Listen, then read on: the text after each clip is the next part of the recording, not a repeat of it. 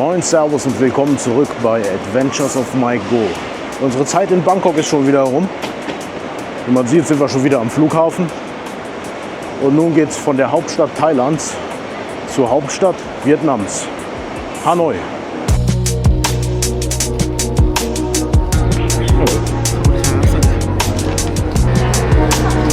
Thank you.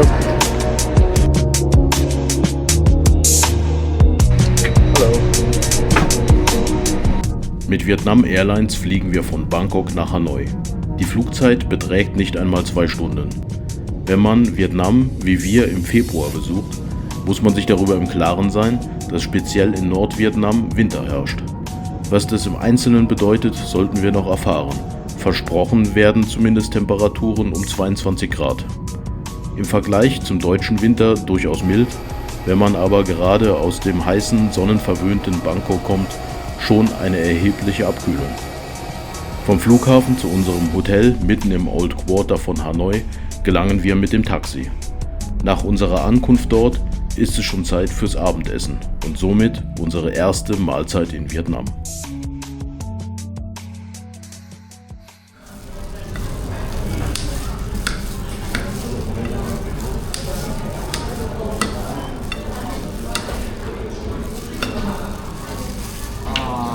This is a pancake, and the pancake we have a different rice paper. Can I show you one time first? So, rice paper with some, the meat there. It's a pancake in the center, like this. We have something pineapple, cucumber, carrot, and the herb. The herb on top.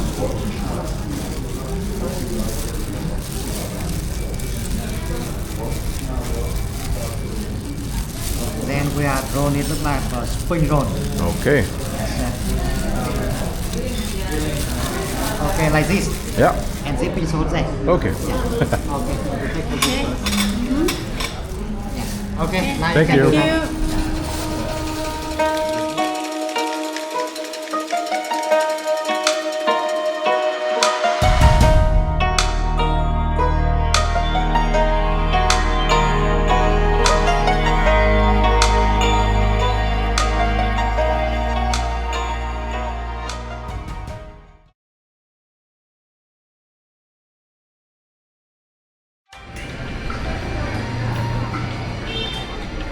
Come on.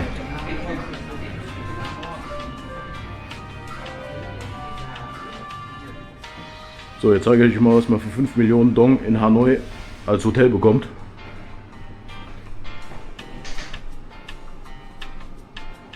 Durch ein Upgrade bekamen wir eine Family Suite mit 50 Quadratmetern und diesen 2 großen King-Size-Betten. Also geräumig ist es auf jeden Fall. Klimatisiert, Frühstück ist okay, mit Balkon und das Ganze mitten in der Altstadt von Hanoi.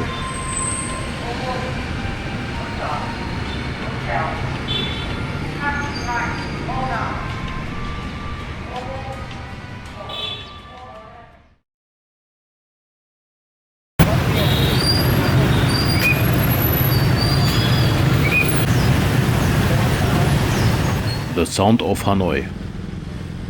Das erste, was mir bei unserem Streifzug durch die Altstadt auffällt, ist die unfassbare Menge an Motorrollern. Die gibt es natürlich überall in Asien, aber nirgendwo in der Menge wie hier. Was natürlich Sinn macht, da man mit dem Auto sonst ewig im Verkehr in den kleinen Straßen stecken bleibt.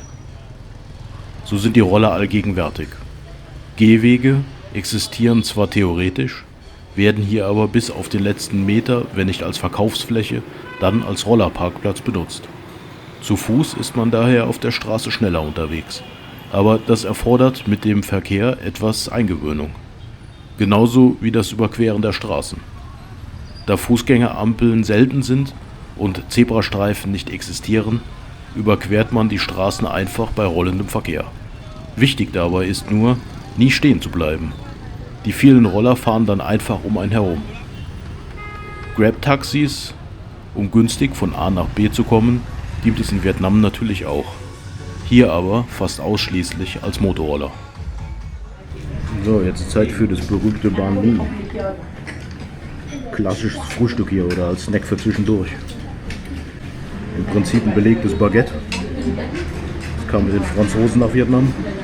Bestrichen mit einer Leberpaté. Naja, und dann wird es vietnamesisch. Also wir haben gepickeltes Gemüse, wir haben Schweinebauch, frische Kräuter. Schauen wir mal.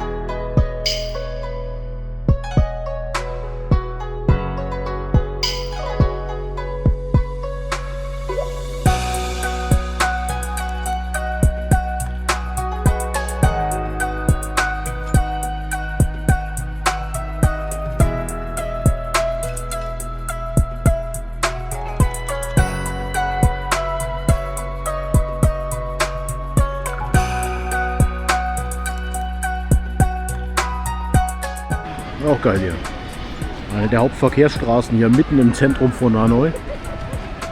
Wird hier am Wochenende einfach komplett gesperrt, damit die Leute hier spazieren gehen können. Aber schön hier. Mitten in der Stadt, direkt an so einem See gelegen.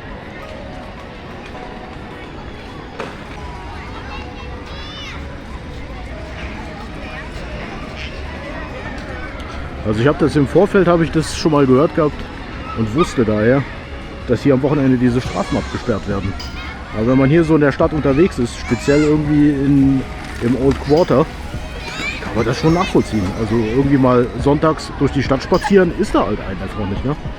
Das ist halt nur Stress. Die Bürgersteige sind vollgepackt von irgendwelchen Läden, da stehen die Stühle von irgendwelchen kleinen Garküchen, da ist alles vollgeparkt mit Rollern.